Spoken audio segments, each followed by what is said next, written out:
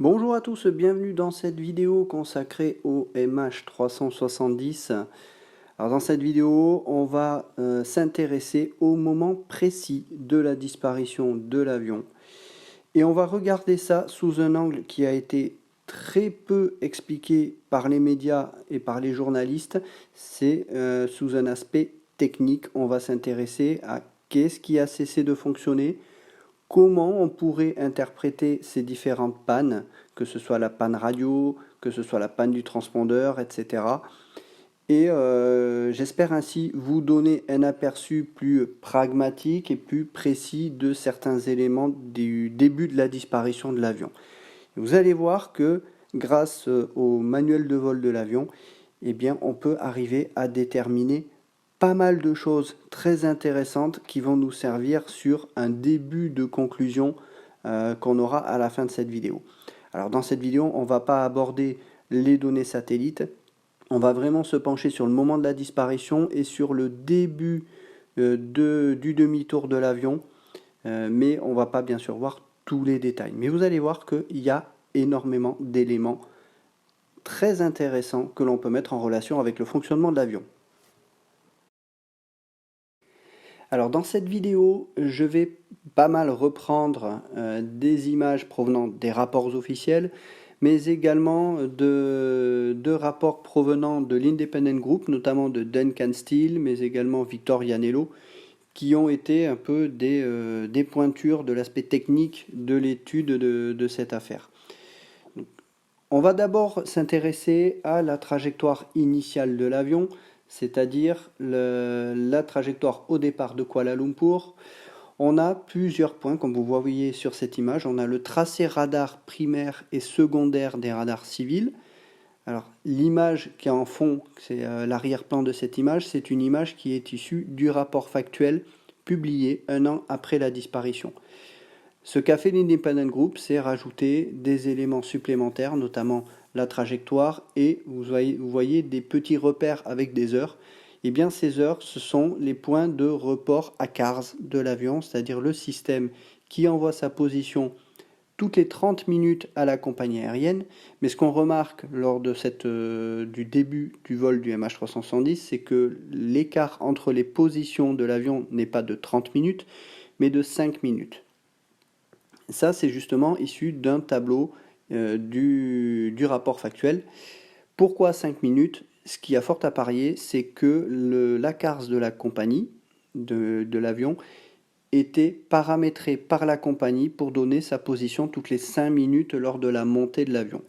Et ensuite, lorsque l'avion passe en croisière, à ce moment-là, le point de report passe toutes les 30 minutes et non plus toutes les 5 minutes.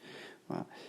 Donc on a ces positions à CARS qui sont relevées, vous avez les heures sur la trajectoire initiale, et puis après on voit que le dernier report est à 17h06:43. C'est le dernier message à CARS que l'on a de l'avion, c'est le dernier message qu'a reçu la compagnie aérienne. Alors on entend beaucoup dire que l'avion a continué à être suivi par la compagnie aérienne, c'est faux. La dernière position de l'avion est à 17h06:43. Et pas après. À l'issue, la position qui a été suivie par la compagnie aérienne et par les opérations de Malaysian Airlines était une position extrapolée à partir de cette dernière position. Voilà.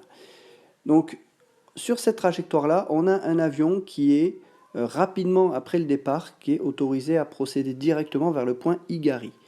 Alors, ce n'est pas un hasard, le point Higari, c'est le point utilisé pour le transfert entre le contrôle aérien malaisien et le contrôle aérien vietnamien. C'est ce qu'on appelle un point de transfert. Cette route, elle passe dans une portion de la Flight Information Region, la FIR de Singapour. Et vous voyez sur ce schéma-là, on a une petite zone assurée. C'est une zone qui est déléguée par Singapour au centre de contrôle en route de Kuala Lumpur. Pourquoi? Parce qu'en fait, cette route, elle passe dans cette portion, mais ça n'intéresse pas Singapour.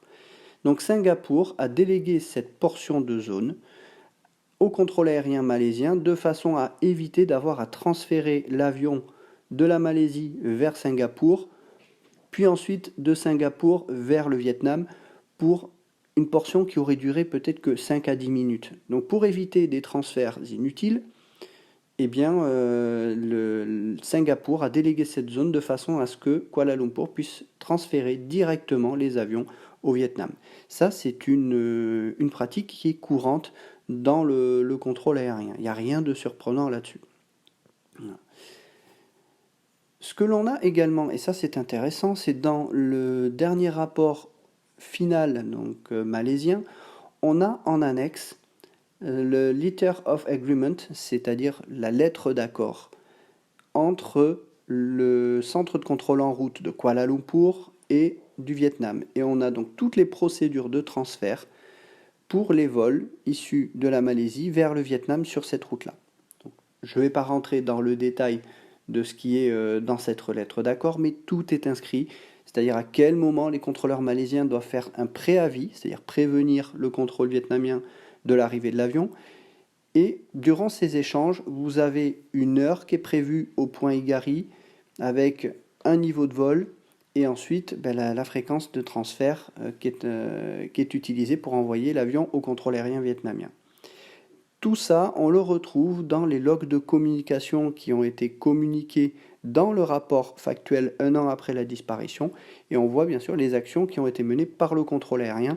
Là-dessus, il n'y a rien d'anormal, tout est fait normalement. Ce que l'on apprend dans cette lettre d'accord, c'est que le contrôle aérien vietnamien avait 5 minutes pour informer la Malaisie s'il n'avait pas un avion en compte. En l'occurrence, dans le cas de la disparition de l'avion du MH370, eh bien, le Vietnam va mettre beaucoup plus de temps pour prévenir la Malaisie qu'ils n'ont pas en compte cet avion. Donc, on entend souvent dire que les Malaisiens sont responsables du temps anormalement long pour déclencher l'alerte. Oui, ils ont leur part de responsabilité, mais il faut savoir que le Vietnam aussi a failli dans ce domaine. La trajectoire que l'on a de l'avion au point Igari, ça c'est issu d'une image de Independent Group. Vous avez le point donc Igari. On remarque que l'avion en fait il passe à côté du point Igari. La position ADSB que l'on a, c'est la position du transpondeur. Elle passe en fait à l'intérieur de la trajectoire. On reviendra un peu plus loin là-dessus, mais ceci est tout à fait normal puisque c'est une trajectoire utilisée en mode de navigation LNAV, puisque le point Igari est un point que l'on appelle un flyby, c'est-à-dire qu'on ne survole pas directement le point, sinon ce serait un flyover. Là, l'avion anticipe en fait le virage pour aller intercepter la route suivante. Mais c'est tout à fait normal que l'avion ne passe pas vertical du point Igari. La disparition, elle a lieu justement travers du point Igari, c'est la dernière position ADSB, c'est-à-dire que l'on sait qu'à ce moment-là, le transpondeur a été coupé à 17h20 et 34 secondes. La dernière communication radio de l'avion est seulement une minute plus tôt, à 17h19. Ce qui veut dire qu'on a l'avion qui répond au contrôle aérien pour lui dire « Je contacte le Vietnam ». Il dit au revoir, enfin il dit même pas qu'il contacte le Vietnam. Il devrait répéter la fréquence au contrôle aérien, il ne la répète pas. Alors que normalement c'est standardisé ce genre de réponse. Pourquoi ensuite l'avion ne contacte pas le contrôle aérien vietnamien? Eh bien, on a souvent dit, forcément, il y a une panne radio derrière. Eh bien, justement, c'est ce qu'on va utiliser. On va étudier maintenant la question de la panne radio. Comment sont disposées les radios à bord d'un Boeing 777? Eh bien, vous avez des boîtiers sous cette forme-là. Et l'utilisation de ces boîtiers est extrêmement simple. Vous avez une fréquence à gauche, une fréquence à droite. La fréquence à gauche, c'est celle qui est actuellement utilisée. Et la fréquence à droite, c'est celle que l'on va modifier et préparer pour le prochain contact. C'est-à-dire que quand on demande à un pilote contacter le Vietnam sur telle fréquence, eh bien, les pilotes vont tourner le bouton rotatif qui est à droite de ce boîtier pour modifier la fréquence qui est à droite, et ensuite appuyer sur la double flèche qui est entre les deux écrans de ces fréquences pour basculer la fréquence de droite sur la fréquence de gauche. Et à ce moment-là, c'est la fréquence qui est donc affichée à gauche qui est utilisée. Et ensuite, il y a juste à appuyer sur le bouton et à contacter le contrôle aérien vietnamien. Donc vous voyez, la procédure, elle est très simple. Ça prend quelques secondes. Alors certaines personnes disent ça peut prendre beaucoup plus longtemps. Oui, ça peut prendre, on va dire, quelques dizaines de secondes, une minute, si les pilotes n'arrivent pas à placer le message radio parce que la fréquence est encombrée. En l'occurrence, cette nuit-là, personnellement, en tant que contrôleur aérien, j'estime que ça n'aurait pas dû prendre plus d'une minute pour initier le contact radio avec le contrôle aérien vietnamien. Or, il n'y a eu aucun message radio du MH370 au contrôle aérien vietnamien. Aucun. Donc, on pense forcément à une panne radio. Sur ce boîtier, vous voyez que vous avez également en dessous plusieurs boutons, VHF-L, VHF-C, VHF-R. Alors,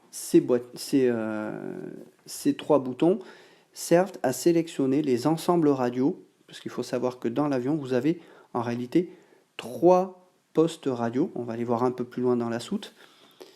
Voilà. Mais ce boîtier de sélection de fréquence, il n'y en a pas qu'un dans l'avion, il y en a 3. Vous voyez ici le panneau qui est situé entre le commandant de bord et le copilote. Et vous voyez que vous avez un poste radio qui est en haut à gauche, c'est celui qui est juste à côté du commandant de bord.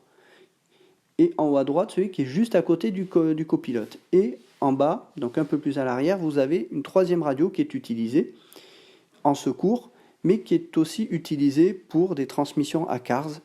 Comme vous voyez ici, dans le champ qui est noté data, ça signifie que la troisième radio est utilisée pour transmettre les données à CARS. Alors dans le cas du MH370, on sait déjà que cette radio n'était pas réglée sur data. Pourquoi ? Parce qu'en fait, toutes les données à CARS ont transité par le SATCOM et donc par satellite, et non pas par la VHF. Voilà. Donc on sait que ce troisième poste n'était pas sur data. On revient sur ce panneau. Donc je vous ai dit que vous avez les 3 ensembles radio, VHF left, VHF-C, VHF-R. Ça correspond en fait aux 3 boîtiers radio qui sont dans la soute électronique. Et sur le Boeing 777, ces systèmes radio sont définis comme étant gauche, droite et centre. D'où VHF left pour gauche, VHF-C pour center et VHF-R pour right. C'est un système qui est utilisé pour que ce soit plus simple à comprendre dans les schémas de l'avion. Et c'est très simple à comprendre pour les pilotes aussi. Alors, dans les manuels de vol de l'avion, en l'occurrence ce que l'on a ici, vous avez la partie du training manual du Boeing 777, d'une autre compagnie, mais le principe est sensiblement le même. Et vous avez tout un tas d'éléments sur le fonctionnement de la radio de l'avion. Voilà. Je vous ai dit tout à l'heure, il y a 3 ensembles radio, 3 postes radio, à ne pas confondre avec les 3 boîtiers d'affichage que l'on a dans le cockpit. En fait, dans la soute électronique de l'avion, ce que vous voyez là, vous avez les 3 postes radio, en l'occurrence la VHF droite, gauche et centre. Et donc chacun de ces boîtiers est autonome et a sa propre alimentation. Ensuite, vous avez également chaque boîtier qui a sa propre antenne. Vous voyez sur l'avion, vous avez 3 antennes différentes et donc les boîtiers vont pouvoir utiliser leur antenne. Voilà. Ça aussi, c'est pour pallier que si on a un boîtier qui est en panne, eh bien qu'on puisse utiliser un autre boîtier avec une autre antenne. Si une antenne est en panne, on peut utiliser un autre boîtier qui utilise une autre antenne. C'est ce qu'on appelle de la redondance. Le but, c'est de pallier à différentes défaillances pour continuer à utiliser la radio. Sur ce schéma électrique, vous avez les sources d'alimentation principales de chacun des boîtiers VHF. Si on prend en haut, vous avez la VHF gauche. Elle est alimentée par le 28 volts DC Captain Flight Instrument Bus. 28 volts DC, ça veut dire que c'est un courant continu pour DC en 28 volts. Le Captain Flight Instrument Bus, on va voir ce que c'est plus tard, c'est en fait le bus, donc en gros le câble sur lequel est reliée la radio. Et ensuite vous avez la VHF-C qui elle est alimentée par le 28 volts DC Left Main Bus, là aussi c'est un autre bus, et la VHF droite qui est alimentée par le 28 volts DC Right Main Bus. Donc vous voyez que vous avez 3 sources d'alimentation différentes pour chacune des radios. Là encore, le but, c'est d'éviter d'avoir une panne d'un système particulier qui a un impact sur toutes les radios. Voilà. Sur ce schéma-là, ce schéma, il est très instructif. Alors je vous l'accorde, un petit peu complexe, hein, mais il est extrêmement important pour comprendre l'alimentation des différents postes radio. Sur ce premier schéma, vous avez donc le Write DC Bus qui est encadré en rouge. C'est le bus sur lequel est branchée en fait la radio.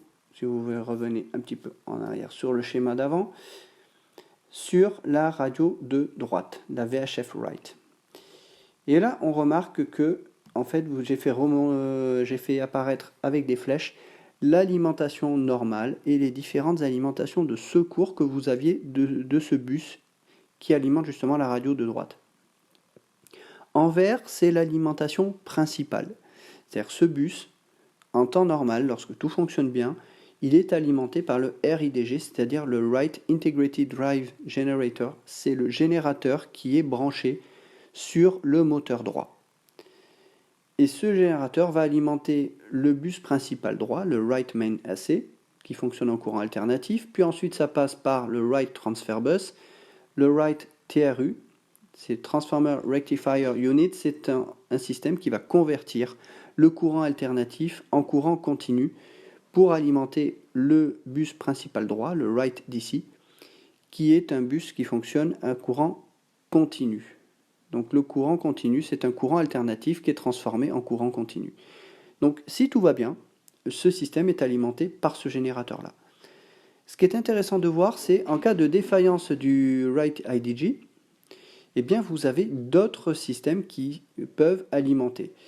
Vous avez le Left IDG, c'est-à-dire l'IDG qui est monté sur le moteur gauche en jaune, et vous avez les LBTB, les Left Bus Tie Breaker et Right Bus Tie Breaker, qui sont des passerelles qui permettent de connecter le côté gauche de l'alimentation électrique sur le côté droit.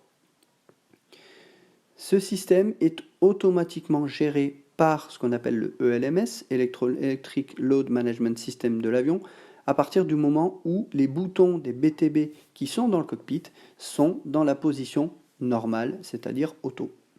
Voilà. Donc ces BTB, vous les avez ici. Donc en auto, ils sont sur on, et c'est leur position par défaut, c'est-à-dire que dès l'instant où le système a besoin d'établir un pont entre le côté gauche et le côté droit, ou inversement, eh bien le système va pouvoir utiliser cette passerelle automatiquement. Si par contre on les passe sur ISLN, c'est-à-dire Isolation, eh bien ces bus sont ces contacteurs sont en fait ouverts et ne permettent pas d'alimenter l'autre côté. Donc, on revient sur ce schéma. Donc, vous voyez que même si on a quand même le côté droit qui lâche, vous avez quand même le générateur du côté gauche qui peut prendre la main, à partir du moment où les boutons en haut du cockpit sont dans la position normale. Vous avez également les BUGen, vous avez les Backup Generators, qui sont en fait des générateurs de secours. Vous avez un générateur de secours sur chacun des moteurs. Donc dès l'instant où vous avez au moins un de ces générateurs qui fonctionne, ça alimente le Backup Gen Converter, vous voyez sur le orange, et le Backup Gen Converter, du moment où il a un seul BUGen, que ce soit du droit ou du gauche, donc dès l'instant où il y a un moteur qui fonctionne, ce BUGen, ce Backup Generator Converter, il fonctionne. Et il peut alimenter, comme on voit le schéma, le Write Transfer Bus. Et ce Write Transfer Bus permet à son tour d'alimenter le Write DC Bus. Donc là aussi, dès l'instant où si vous perdez vos deux IDG, mais que vous avez quand même au moins un des moteurs qui fonctionne, vous avez le générateur de secours qui permettra d'alimenter quand même le bus Write DC. Dernière alimentation possible, vous avez l'APU-GEN. APU, ça signifie Auxiliary Power Unit. C'est le générateur qui est dans la queue de l'avion et qui est un générateur qui, par défaut, en vol, n'est pas allumé, mais qui peut être allumé manuellement. Mais il peut être également allumé automatiquement si l'avion perd toute l'alimentation principale. Et si vous avez les deux transfert bus qui ne sont plus alimentés, dès l'instant où on perd par exemple les deux moteurs, eh bien vous avez une sécurité à bord du 777 qui va démarrer automatiquement l'APU. Alors l'APU ne va pas se mettre en route immédiatement, il faut un temps de démarrage, hein, c'est une turbine. Donc ce temps de démarrage, on l'estime à environ 1 minute 30. Mais au bout d'une minute 30, dès l'instant où l'APU arrivera à son régime de fonctionnement normal, il va fonctionner, il va pouvoir être connecté au réseau automatiquement par le LMS pour pouvoir alimenter certains systèmes. Alors à lui seul, l'APU ne va pas couvrir la totalité de l'alimentation des deux IDG en temps normal. Mais il pourra déjà alimenter certains côtés de l'avion et notamment des équipements essentiels. Donc vous voyez en violet, vous avez l'APU Gen qui alimente le Right Main AC. Et dès l'instant où l'APU Gen alimente le Right Main AC, eh bien ça va à nouveau alimenter le Right Transfer Bus et ainsi le Right DC. En vol, si jamais on a une panne du moteur droit, eh bien on va perdre l'IDG de droite et le BU Gen de droite. La procédure en vol consiste à allumer manuellement l'APU de façon à ce que l'APU puisse alimenter normalement tous les systèmes à partir du Right Main AC et rétablir une alimentation comme si l'IDG du moteur droit fonctionnait, pendant que l'IDG du moteur gauche alimente le moteur gauche, enfin alimente le réseau électrique de gauche. Donc vous voyez que vous avez quand même une redondance qui permet d'alimenter la radio de droite de manière relativement sûre. Dès l'instant où vous avez un moteur qui fonctionne, il est difficilement explicable que l'on perde la radio de droite. Intéressons-nous maintenant à une autre radio. Alors je vais faire un petit tableau. Voilà. Ce petit tableau, vous avez l'ensemble des alimentations possibles de la radio de droite. Donc je vous ai mis en normal, eh bien c'est l'IDG de droite. Le premier secours, vous avez l'IDG de gauche via les BTB. En deuxième secours, les backup generators via le backup gen converter. Et au moins un moteur en fonctionnement suffit. Le troisième secours, vous avez l'APU commandé manuellement. Et en quatrième secours, l'APU commandé automatiquement si on perd l'alimentation sur les deux côtés de l'avion. Donc on a une redondance. Et comment expliquer que l'on perd la radio de droite sur le MH370 alors qu'on sait que l'avion a continué à voler, donc il y avait au moins déjà un seul moteur? C'est difficilement explicable. Intéressons-nous maintenant à la radio de gauche. Et bien là, le principe est assez similaire, sauf que vous prenez ce que l'on vient de voir pour la radio de droite, et bien vous l'inversez au côté gauche. C'est exactement le même principe. Voilà. Je ne vais pas redétailler à nouveau ce plan-là. Je pense que vous avez compris le principe de fonctionnement des différentes flèches. Et là, eh bien, on a les mêmes alimentations, mais en inversé pour... alors, c'est pas la radio de gauche, pardon, c'est la radio centre. Voilà. Donc ça, c'est la radio centrale, celle qui est située donc, dans la soute électronique, dans le boîtier. Ensuite, vous avez la dernière radio, et c'est celle-là qui va être très intéressante, pour pouvoir comprendre qu'en fait, la panne radio sur cet avion, elle est quand même hautement peu probable. Eh bien, c'est la radio de la VHF gauche. Et là, vous allez voir que c'est encore plus intéressant. On a le Captain Flight Instrument Bus qui est, on l'a identifié avec cet encadré rouge. Par défaut, l'alimentation est faite par l'IDG de gauche en vert. Donc on voit le cheminement de l'alimentation. Voilà.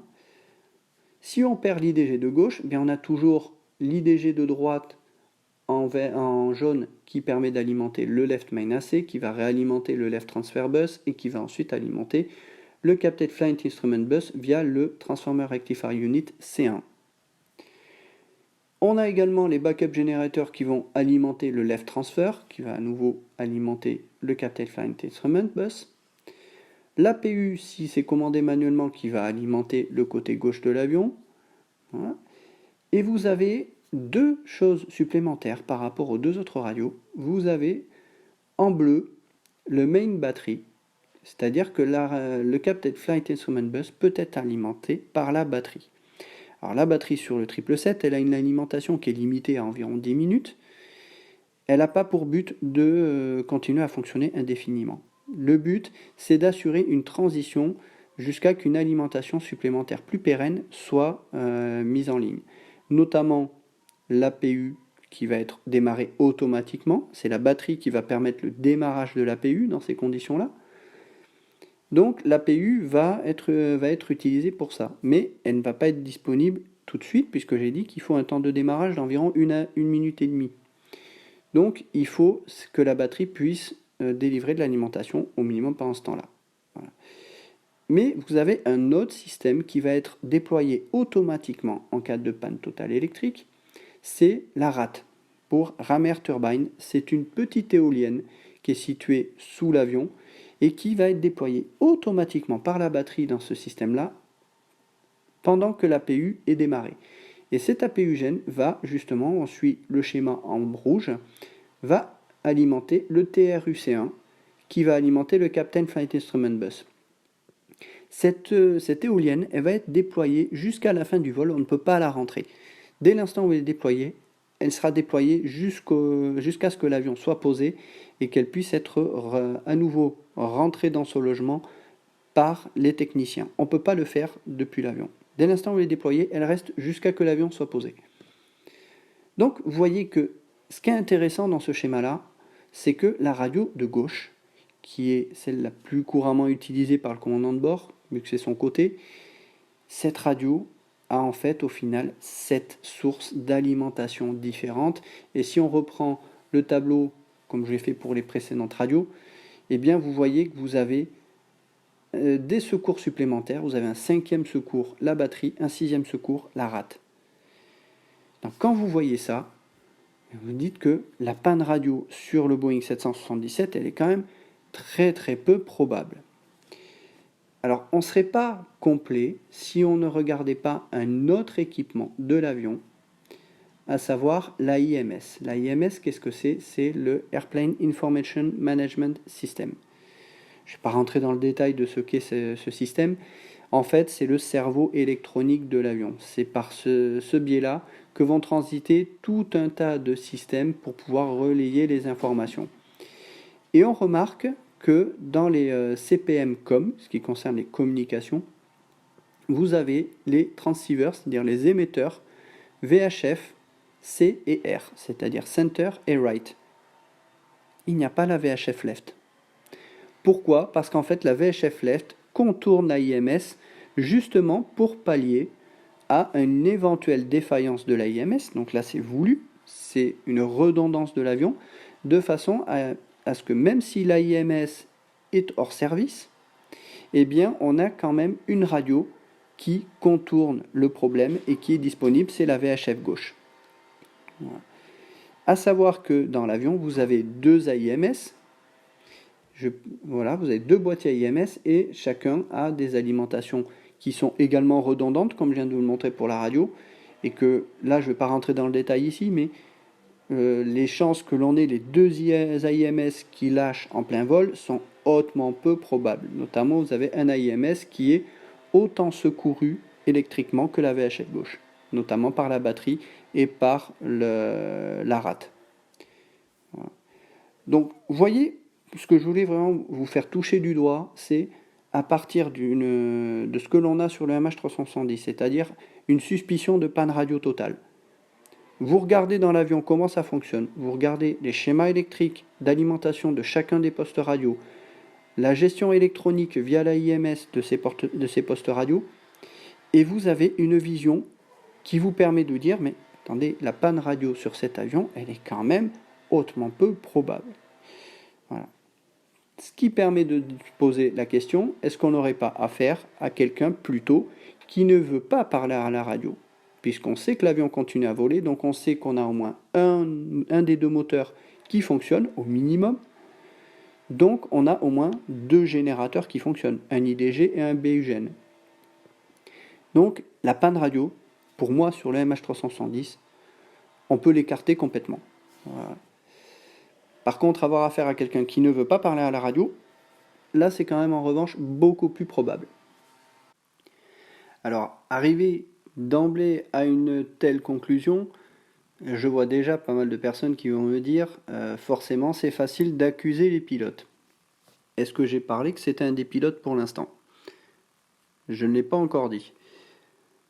La conclusion à laquelle j'en arrive ici est une conclusion basée sur une étude technique de l'avion pour pouvoir expliquer la perte de contact radio avec le MH370.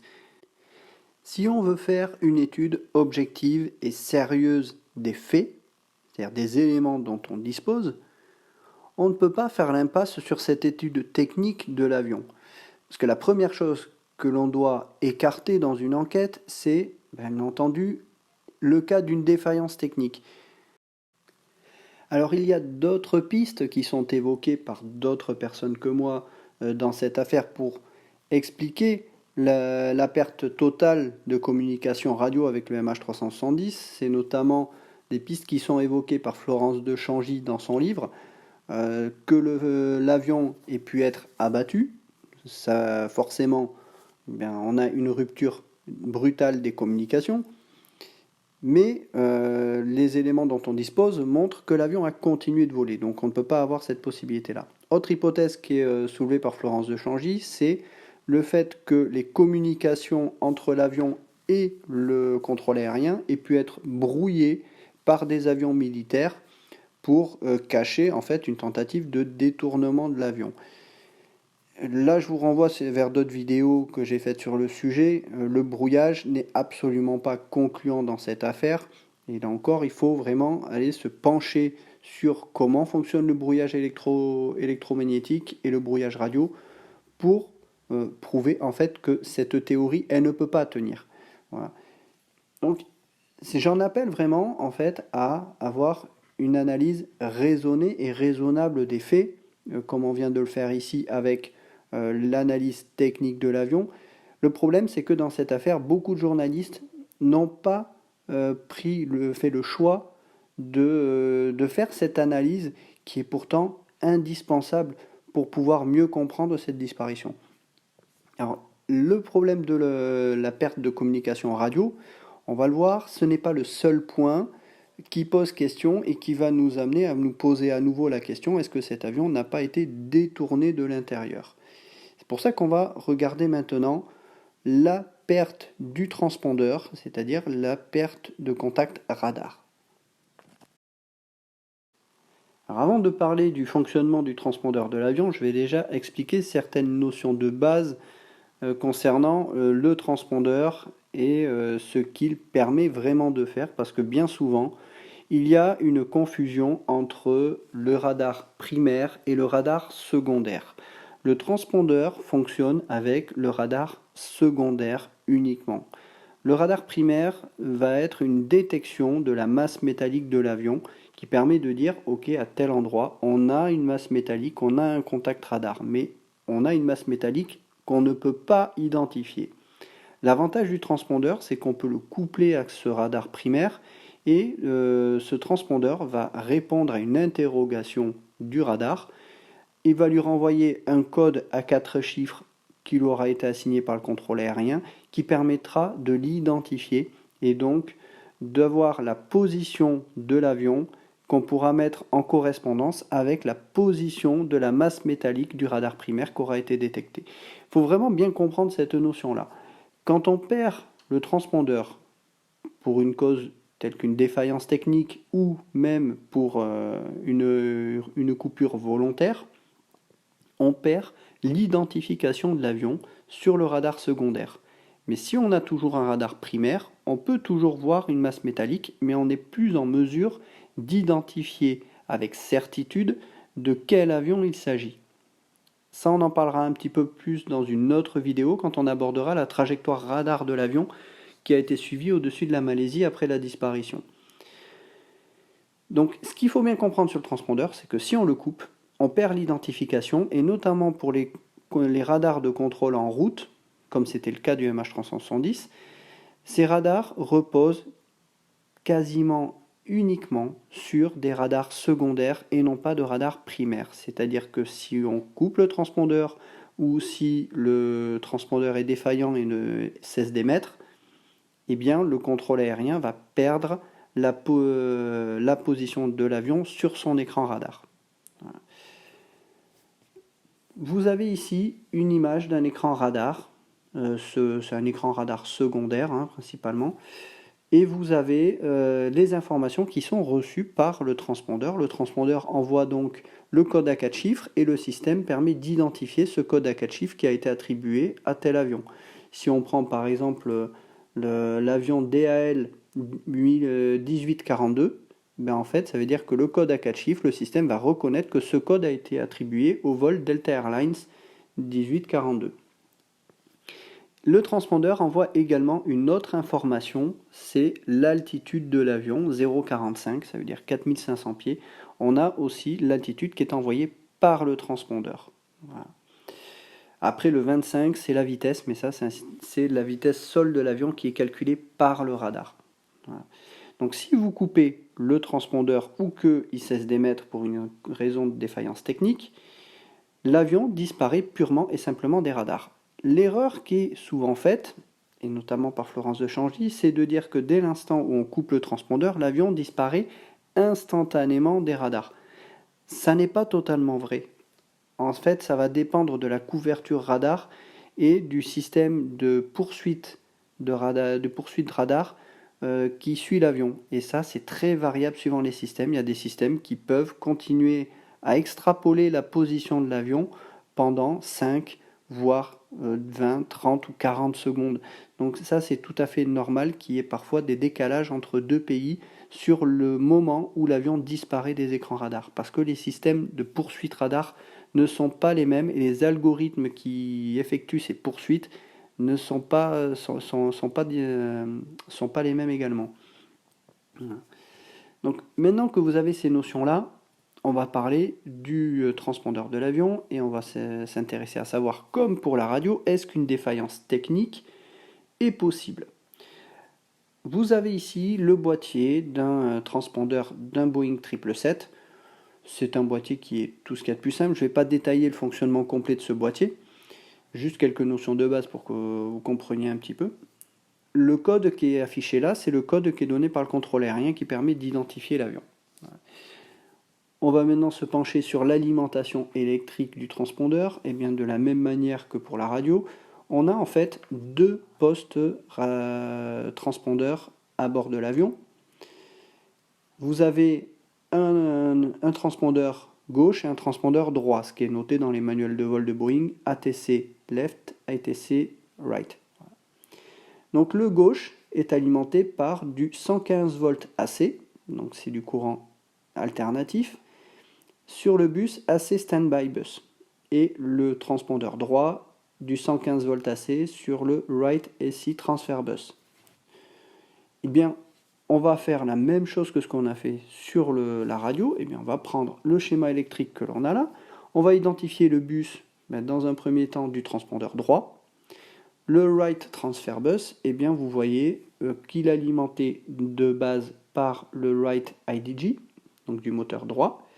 Et on a, là encore, comme pour les radios, une redondance via l'IDG de gauche, via les BTB, qui permet de faire un pont entre le côté gauche et le côté droit de l'alimentation électrique de l'avion.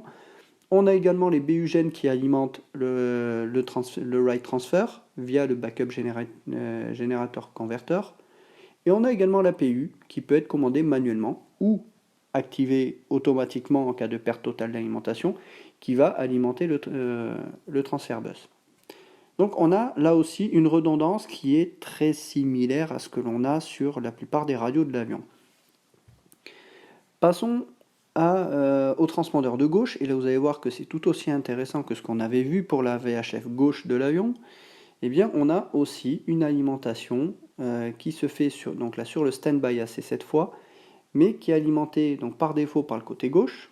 On a les flèches vertes, on a les mêmes secours via les BUGEN, l'IDG de droite et l'APU, et on a également la batterie en bleu qui alimente le standby AC et la RAT lorsqu'elle est déployée en rouge qui alimente également le standby AC. Donc le problème c'est que dans le cas du MH370, on n'a pas la possibilité de savoir quel transpondeur était sélectionné à bord de l'avion. Est-ce que c'était le droit? Est-ce que c'était le gauche? On ne peut pas le savoir.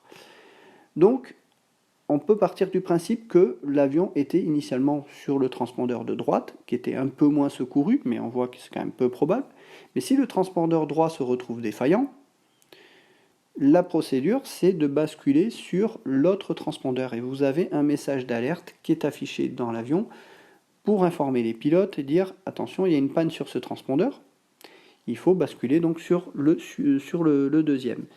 Donc la procédure, elle est relativement simple. En cas de panne du transpondeur, il suffit tout simplement de basculer sur le deuxième transpondeur. Voilà. Autre chose qui est souvent évoquée, c'est en cas de défaillance électrique, certaines personnes ont dit qu'il est normal que le pilote coupe tout ce qui fonctionne à l'électrique et notamment qu'il coupe le transpondeur pour éviter notamment des feux électriques. Le problème, c'est que cette hypothèse ne tient pas pour deux raisons. Déjà, couper le transpondeur, pour un pilote, ça reviendrait à se tirer une balle dans le pied parce que ça le ferait disparaître des radars. Comment voulez-vous que le contrôle aérien puisse venir en aide à un avion en difficulté si on ne peut plus le voir sur les radars? Donc le pilote se tirerait une balle dans le pied. Mais surtout, l'alimentation électrique de l'avion, du moins des transpondeurs, vous n'avez pas la main dessus. Le bouton stand-by que vous avez sur le boîtier du transpondeur ne coupe absolument pas l'alimentation du transpondeur. Les boîtiers qui sont dans la soute continuent à être alimentés. Vous n'avez pas la main depuis le cockpit sur l'alimentation directe des transpondeurs. Donc ce qui est dit là, dans certains médias, mais également dans certains forums sur Internet, c'est totalement faux. Donc vous voyez que, comme pour les radios, on a une alimentation électrique qui est quand même relativement bien redondante. Et là encore, comment expliquer la perte du transpondeur? Du point de vue purement électrique, c'est difficilement concevable. Si on met en plus ça en perspective avec la perte de communication radio, ça fait quand même deux faits troublants qui se déroulent quasiment en même temps. Ce qui, là aussi, laisse fortement suspecter quelqu'un dans le cockpit qui veut faire disparaître l'avion des radars et qui ne veut pas parler à la radio. On a, avec ces deux éléments-là, quelque chose qui pointe directement vers un détournement de l'avion de l'intérieur du cockpit. On verra dans une prochaine vidéo que cette suspicion, elle est également transposable à la perte du système satellite SATCOM et de la CARS qui envoie la position de l'avion à la compagnie aérienne. Vous avez ça également qui va venir se rajouter. Je vais rajouter un mot également sur la perte de contact sur Flight Radar parce qu'il y a bien souvent un amalgame qui est fait avec Flight Radar. Flight Radar utilise un système qui s'appelle l'ADSB, donc c'est Autonomous Dependent Surveillance, donc ça c'est un système qui est lié au transpondeur. Si on coupe le transpondeur, on perd également la position de l'ADSB. Donc de perdre le MH370 sur Flight Radar au même moment que le transpondeur qui est coupé, eh bien c'est exactement lié à ça, c'est lié à la perte du transpondeur. Par contre, l'erreur qui est régulièrement faite, c'est de penser qu'avec Flight Radar, eh bien, en fait, on voit tous les avions. Certaines personnes ont dit, notamment Florence de Changy, que d'autres avions dans le secteur du MH370 avaient disparu et que c'était la preuve qu'il y avait eu du brouillage dans le secteur. C'est totalement faux. C'est totalement faux parce qu'en fait, les avions qui disparaissent sont loin des côtes et ils sont hors de portée des récepteurs au sol de la DSB. Dès l'instant où vous êtes trop loin d'un récepteur ADSB, il est tout à fait normal que vous perdez la position de l'avion sur Flight Radar. Voilà.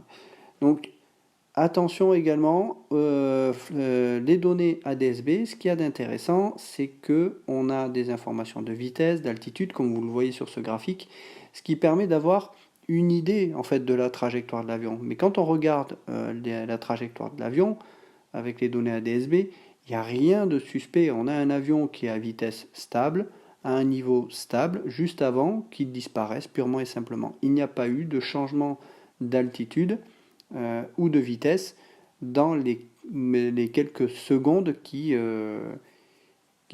ont précédé la disparition de l'avion. Pour aller un peu plus loin dans cette perte de contact radar, voici un extrait du rapport final d'investigation. Le mode S, c'est-à-dire le mode transpondeur qui est utilisé pour envoyer toutes les données du transpondeur, a disparu des radars à 17h20 et 36 secondes. Et la dernière position, le symbole de la position du radar secondaire du MH370 a été enregistré à 17h21 et 13 secondes. On a donc un décalage d'environ à peu près 40 secondes entre le moment où on perd le mode S et le moment où on perd le symbole de la position secondaire de l'avion sur l'écran radar. C'est exactement ce que j'expliquais tout à l'heure. Il y a un temps de plusieurs dizaines de secondes où en fait le système va continuer à entretenir le symbole sur les écrans radars malgré que le mode S ait été perdu, avant que le symbole soit purement et simplement supprimé de l'écran radar, c'est-à-dire à 17h21 et 13 secondes. La phrase également en dessous est intéressante. Donc on a la dernière position radar donc à 17h21 et 13 secondes, donc au moment où le système de traitement radar supprime la piste des radars malaisiens. Et on nous dit également que le radar de Bangkok donc, a perdu la cible à 17h21 et 13 secondes et les Vietnamiens à 17h20 minutes et 59 secondes. Donc en effet, on n'a pas tout à fait les mêmes heures. Mais comme je l'expliquais, on n'est pas sur les mêmes systèmes, donc vous avez des horaires qui peuvent fluctuer entre les différents systèmes. Donc il est tout à fait normal d'avoir des différences là-dessus. Autre élément présent dans les rapports officiels, et ce qui est particulièrement troublant, ça Xavier Titelman en parle très bien dans sa vidéo, c'est les différentes positions en fait, qui ont été envoyées dans les dernières microsecondes en fait, avant la disparition de l'avion. Pourquoi ? Parce que en effet, on perd certaines informations partiellement, notamment le report d'altitude. Et étonnamment, c'est justement en passant par cette position-là que l'on place le transpondeur sur stand-by. Est-ce qu'il faut y voir là-dessus la preuve qu'à ce moment-là, le transpondeur a été volontairement basculé sur stand-by et que ce que l'on observe dans des données qui sont partielles sur la DSB à cet endroit sont la preuve d'une action volontaire sur le transpondeur? C'est tout à fait envisageable. On va en rester là pour cette vidéo. Comme vous voyez, déjà rien qu'en étudiant la panne radio totale et la panne du transpondeur, vous voyez qu'on arrive à des éléments qui sont assez troublants dans le sens d'un détournement de l'intérieur du cockpit. Alors j'irai plus loin sur une prochaine vidéo dans les données radar qui, là encore, laissent supposer une action volontaire depuis le cockpit, puisqu'on a un avion qui change plusieurs fois de trajectoire, donc on a forcément quelqu'un qui est aux commandes, et sur les données SATCOM et ACARS, qui là aussi suggèrent des actions volontaires et manuelles à bord du cockpit. Même si on ne peut pas tout prouver, il y a quand même beaucoup d'éléments qui vont dans un sens d'une prise de contrôle de l'avion par quelqu'un dans le cockpit. Alors, je ne m'attarde pas plus sur qui et pourquoi, parce que là, on est vraiment dans les suppositions. Ce que je veux vraiment vous faire toucher du doigt, c'est comment on peut arriver à cette piste sans pour autant dire c'est forcément le copilote, c'est forcément le commandant de bord. Là, pour l'instant, on ne va pas jusque-là. Je vous amène vraiment sur les faits qui nous permettent d'aller sur ce terrain, d'aller vers cette hypothèse. Donc, voilà pour cette vidéo sur ce sujet-là. Je vous donne rendez-vous sur une prochaine vidéo prochainement où on abordera le demi-tour de l'avion et les données radar. À bientôt.